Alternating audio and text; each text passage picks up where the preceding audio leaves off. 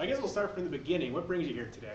I was very excited to be able to present this morning to educators and law enforcement.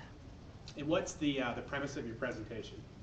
Well, we are so lucky to have people who come back every single day and try to work with so many children and who care and who are willing to sacrifice so much of their lives. And so for me it was important to come to be able to talk a little bit about what is actually very common in today's society, abuse, rape, kidnapping, and sort of give them an inside look from a survivor's perspective, and hopefully give them a little bit of information on how they can react and what a big deal it is if a child or a survivor comes and discloses to them what's happened, so that they feel a little bit empowered and not just like, oh my gosh, what do I do now? I don't know where to turn. Why do you think it's so important for educators in particular to hear your story, and not only what happened, but what happened after with that trauma? Well, my story really isn't anything extraordinary or outside of the norm. I mean, what happened to me happens every single day, and that's what's terrifying. I mean, sexual violence is not uncommon. Rape is not uncommon. Abuse is not uncommon. I mean, you think about the statistics, 1 in 4 girls, 1 in 6 boys. I actually think it's gone up to 1 in 3 girls and 1 in 5 boys, but definitely 4 and 6. Those are very big numbers. That's at least a quarter of their students who have been sexually abused.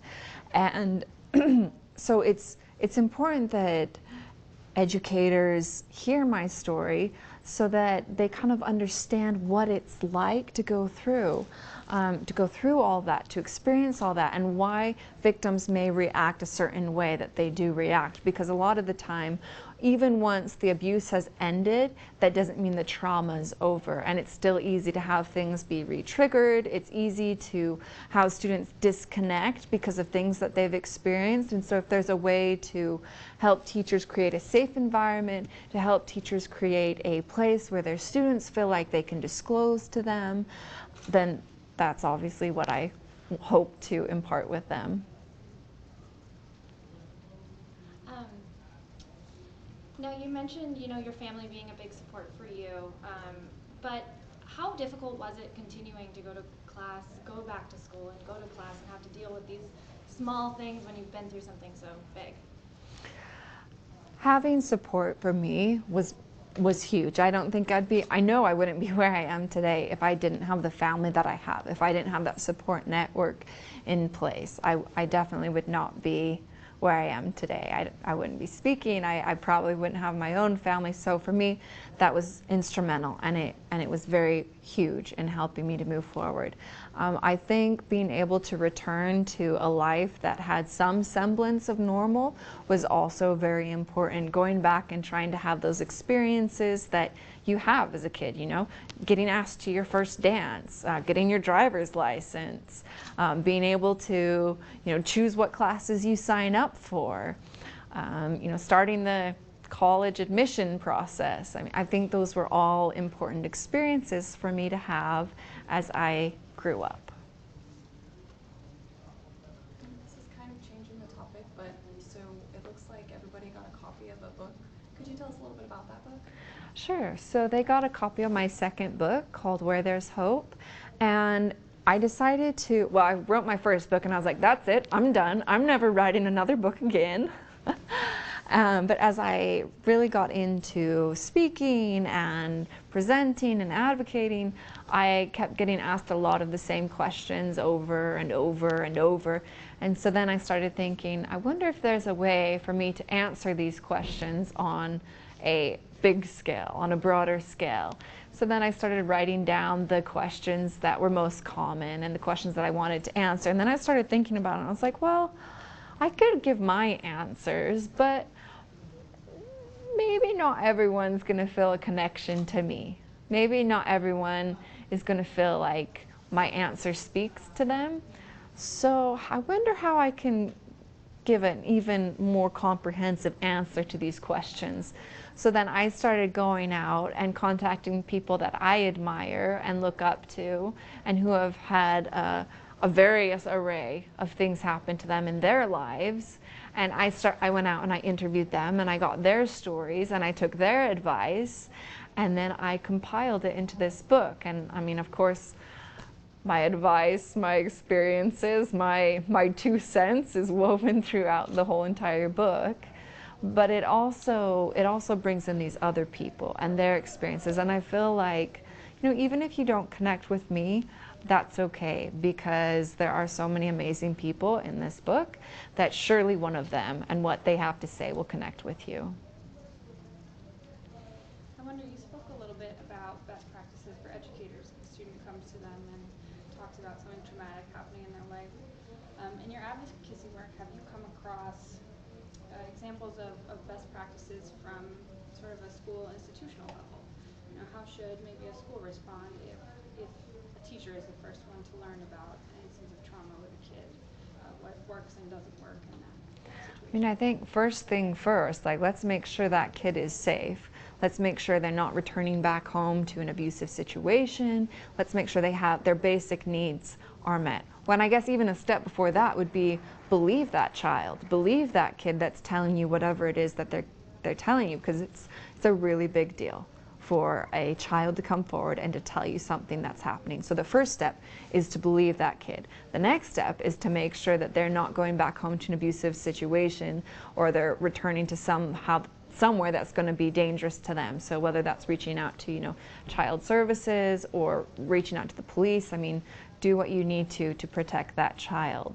And then from there on out, I mean, I don't have like it lined out line by line, but I mean, I think that's a great place to begin. I think making sure that as we move forward with our schools, creating policies where we're able to protect children, where we're creating safe environments for them, where they feel like they can speak, they can talk about things, they can disclose abuse that's happened in their life. I think that's very important as well. And I think it is very helpful for students to have relationships with their counselors. I mean, I remember in, well, I know there were counselors at my junior high. I don't know if I ever talked to any of them. And then I remember there were counselors in my high school, but they were just kind of like a far off foreign power to me. I think I went in once to discuss my school schedule.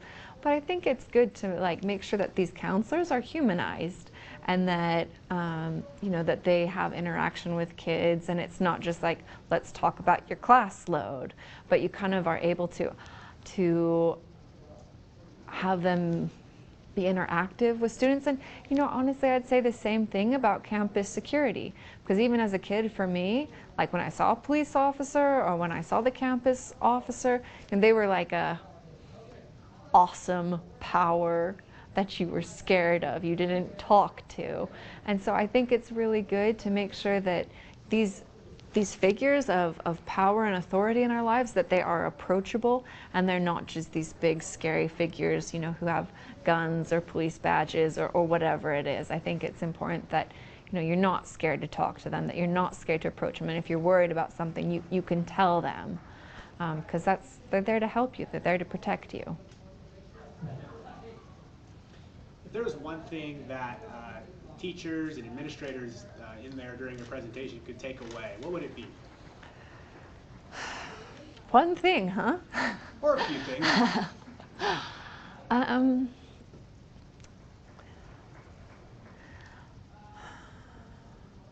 I'm probably just preaching to the choir, but I hope that they walk away feeling that what they do is important, and that I know they have so much work that's piled on top of them, but you know, to not,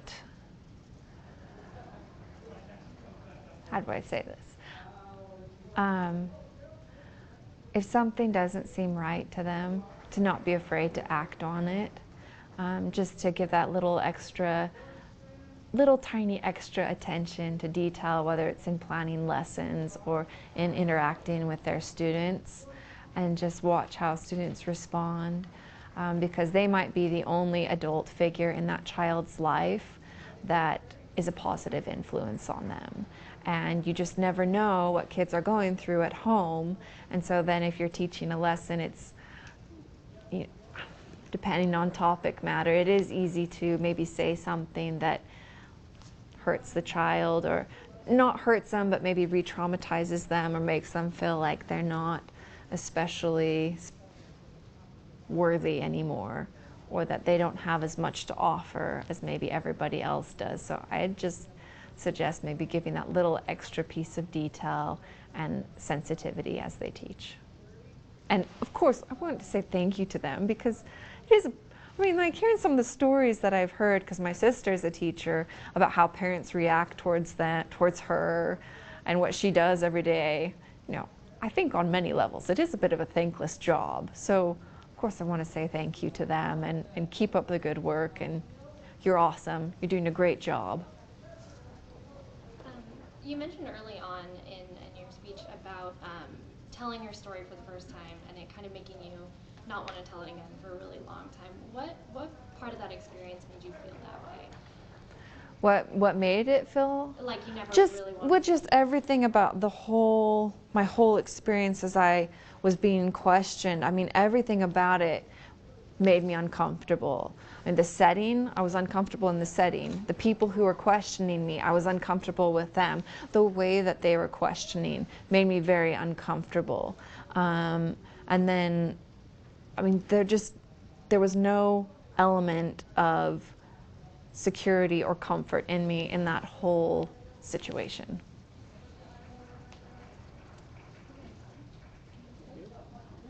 Is there anything we didn't touch on that you might want to share with people at home that couldn't be here today?